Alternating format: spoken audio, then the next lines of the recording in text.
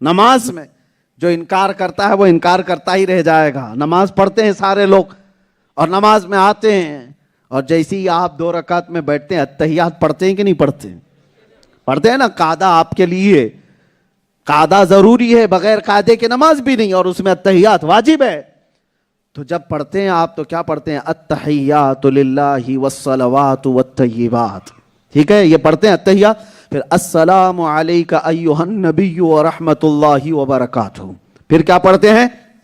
السلام علینا وعلی عباد اللہ الصالحین.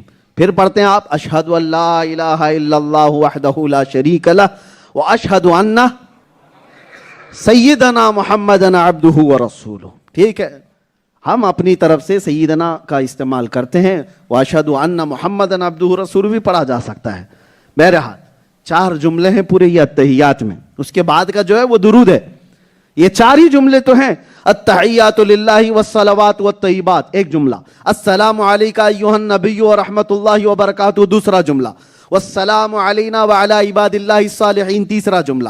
اس کے بعد اشہد ان لا الہ الا اللہ وحدہ لا شریک لہ, یہ جو کلمہ ہے یہ چوتھا ہے. 4 جملے ہیں اتحیات میں. اصل میں آپ کو پتا ہونا چاہیے یہی پورا معراج ہے.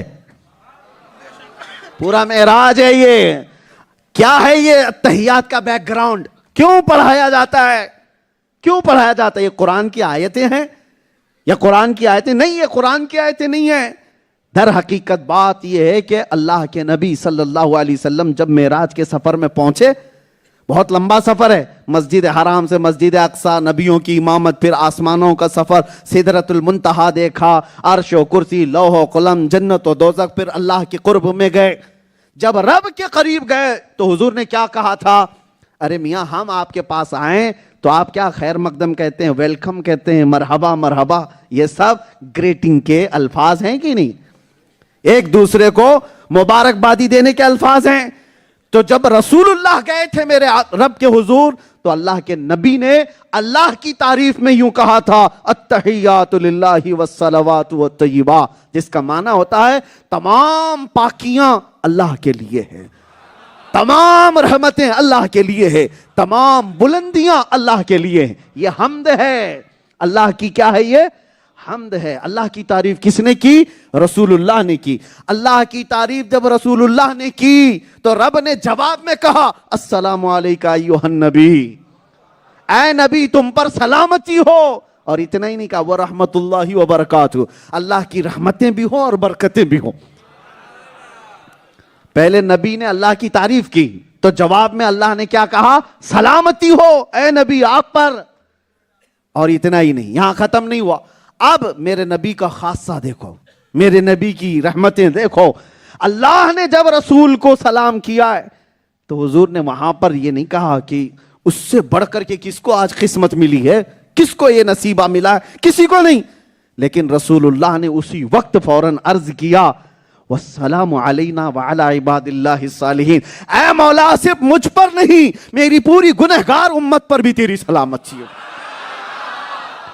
علینا والسلام علینا میں رسول اللہ نے اپنی پوری گنہگار امت کو شامل کیا.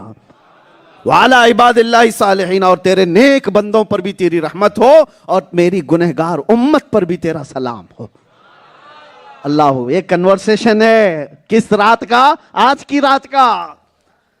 رسول اللہ گئے اور تعریف کی پہلے اللہ کی, التحیات للہ والصلوات والطیبات. یاد رکھنا جب بھی نماز پڑھنا. اور رسول اللہ نے جب تعریف کی تو رب نے کیا کہا؟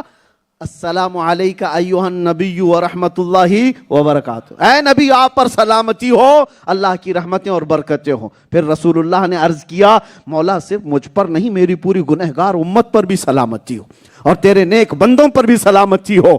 یہ کنورسیشن چل رہا تھا. حضور نے حمد بیان کی, رب نے سلام کیا, پھر گنہگار امتیوں پر اور نیک بندوں پر بھی رب کی سلامتی کی عرض میرے آقا نے کی. یہ جو مکالمہ چل رہا تھا سارے ملائے اعلیٰ فرشتے سن رہے تھے, سارے فرشتے سن رہے تھے. جب نبی اور خدا کی باتیں فرشتوں نے سنی تو سارے فرشتوں نے پکار کر کہا اشہد ان لا الہ الا اللہ.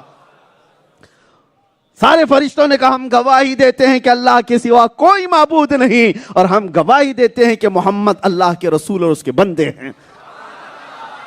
ہے یہ پورا واقعہ معراج، اسی لیے نماز کو کہا گیا ہے مومنوں کی معراج ہے۔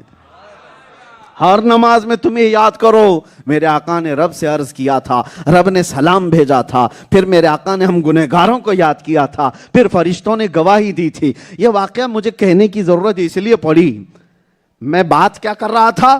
اعلیٰ حضرت کا وہ شعر، کیا واللہ ذکر حق نہیں کنجی سقر، یعنی حضور کا ذکر چھوڑ کر کے اللہ کا ذکر کرو گے تو یہ ذکر پورا کمپلیٹ نہیں ہے۔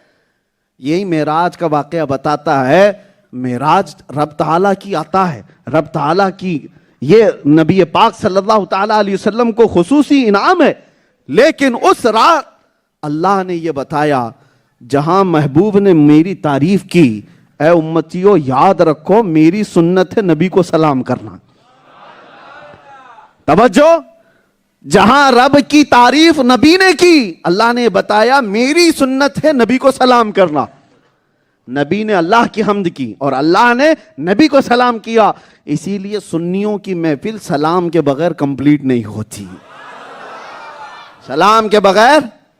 ہاں، جن کو درد ہے تکلیف ہے وہ رب کی سنت کو چھوڑ کر نکل جاتے ہیں۔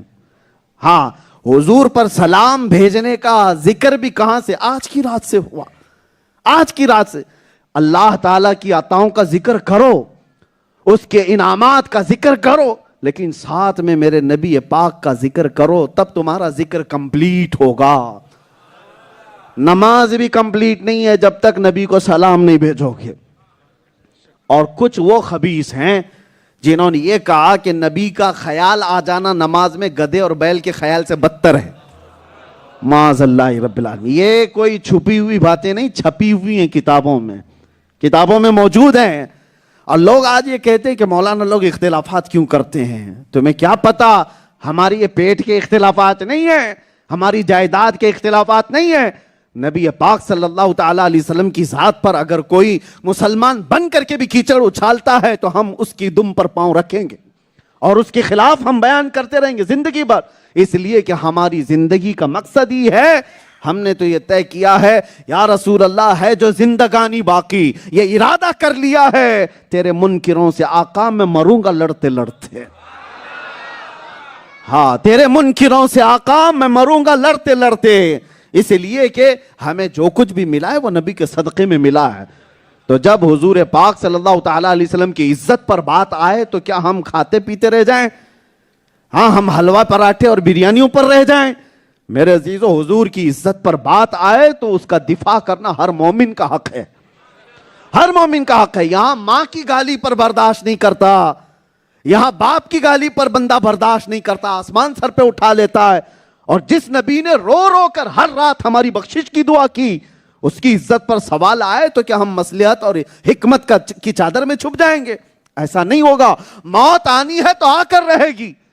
جب تمہاری ماں کی گالی کا بدلہ لینے کے لیے نکلتے ہو تو کیا ڈر نہیں ہوتا؟ اس وقت نہیں ڈرتے؟ باپ کو کسی نے کوسا گالی دیا تو سیدھے گلی میں نکل آئے، اور اس وقت نہیں دیکھا کہ کیا ہوگا، کیس ہوگا، کیا ہوگا، کچھ نہیں دیکھا۔ اور نبی پاک کی عزت پر بات آئے، بار اگر جواب دینے کی بات آئے، ہزار طرح کی باتیں آتی ہیں، ماحول خراب ہے، حکومت اس کی ہے، اس کی ہے، پتہ نہیں کیا کیا باتیں۔ ایک بات یاد رکھو، بدر کے میدان سے لے کر آج تک ماحول ویسا ہی ہے، کبھی اچھا ہوا ہی نہیں ہے۔ ہاں، ہمارے لیے کبھی ماحول اچھا ہوا ہی نہیں، ہر زمانہ ایسا ہی رہا ہے۔ کبھی کوئی ہلاکو آیا، کبھی کوئی چنگیز آیا، کبھی کوئی یزید آیا، ہر زمانہ ایسے یزیدیوں سے بھرتا رہا ہے۔ لیکن جو اہل حق ہیں انہی حالات میں اپنے نبی کا تذکرہ کر کے جاتے رہے ہیں۔ ہمیں پتہ ہے ہمارا انجام کیا ہوگا، ہمیں بھی معلوم ہے ہمارے بیوی بچے، ہمارے گھر بار، ہمارے آس پاس، ہماری جائیدادیں، ہمارا سب کیا ہونے والا ہمیں سب پتہ ہے۔ بہت سوچ سمجھ کر کے ہم نے اوکھلی میں سر رکھا ہے، بہت سوچ سمجھ کر کے۔ لیکن اس بات کا بھی ہمیں یقین ہے کہ مٹائے گا کوئی بھی اگر ہماری ہستی کو اس نام پاک پر یقین ہے کہ کربلا کی طرح ہزاروں سال نام اللہ زندہ رکھتا ہے، ہزاروں سال زندہ رکھتا ہے۔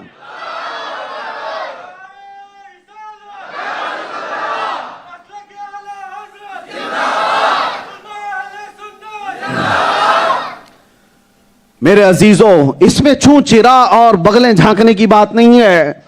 لوگوں کو آج بھی یہ ہے، میاں میں کوئی وہ نہیں ہوں کوئی نڈر بات کرنے والا.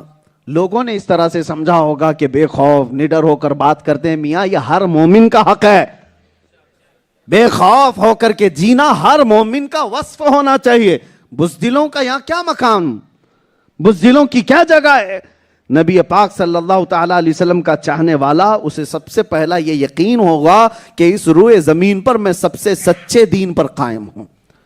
مجرم قوم سے وابستہ نہیں ہوں کہ ٹوپی چھپانا پڑے، داڑھی چھلانا پڑے اور سیکولر بن کر کے گھومنا پڑے، کوئی پہچان نہ لے. نہیں، روئے زمین پر جی رہا ہے تو میرے نبی کی نسبت پر فخر کے ساتھ جیے، فخر کے ساتھ جیے. اس نبی سے بہتر چہرہ کسی کا کائنات میں ہو ہی نہیں سکتا. اس نبی کے لباس سے بہتر کوئی لباس نہیں ہے. ہمارا یہ یقین ہے. دنیا ننگا گھومنے پر فخر کرتی ہے، تم نبی کی سنت پر کیوں شرم حیا کرو گے؟ آج دنیا چوڑیاں بالیاں چوٹی رکھنے میں شرم نہیں کرتی، تمہیں داڑھی میں کیا شرم ہے؟ نبی پاک صلی اللہ علیہ وسلم کی سنتوں پہ کس بات کی شرم ہے؟ اسی لیے میرے عزیزوں، سب سے پہلی چیز میں نے جو شروعات کی ہے اس واقعے معراج کو بیان کرنے سے پہلے ہی میں نے کہا، معراج کا واقعہ سننے اور سمجھنے کے لیے سب سے پہلے سنی ہونا ضروری ہے. سنی ہے تو اب آگے بیان کرتے ہیں. نبی آخر الزمان سرور لا مکان صلی اللہ تعالی علیہ وسلم اس عظیم نعمت سے سرفراز کیے گئے تھے. آج کی رات کیوں بلایا گیا تھا؟ آج کی رات کچھ خصوصی ہے؟ آج کی رات میں کچھ اسپیشل ہے؟ یہ 27ویں رات کو بلایا گیا؟ ارے شب قدر رمضان میں آتی، اس رات کو حضور کو سفر کرایا جاتا جس رات قرآن نازل ہوا. آج کی رات کا کیا تھا؟ مفسرین فرماتے ہیں بات یہ تھی کہ نبی پاک صلی اللہ علیہ وسلم جب سے تبلیغ اسلام کر رہے تھے، ہر دن کوئی نہ کوئی ایمان لے آتا تھا. حضور تبلیغ کرتے، کوئی نہ کوئی اسلام قبول کر لیتا. لیکن یہ 26ویں رجب کی، یہ جو 26ویں رجب کا دن تھا، اس پورے دن حضور کی بارگاہ میں کوئی بھی اسلام قبول نہیں کیا. اور حضور کو سب سے زیادہ غم اور تکلیف کسی بات سے ہوتی تو ایمان نہ لانے سے. کیونکہ قرآن میں اللہ نے میرے نبی کی صفت میں بیان کیا، حریص علیکم بالمؤمنین، وہ رسول ہیں، اگر سب سے زیادہ ان کو کسی چیز کی طلب ہے تو تمہارے ایمان لانے کی طلب ہے. حضور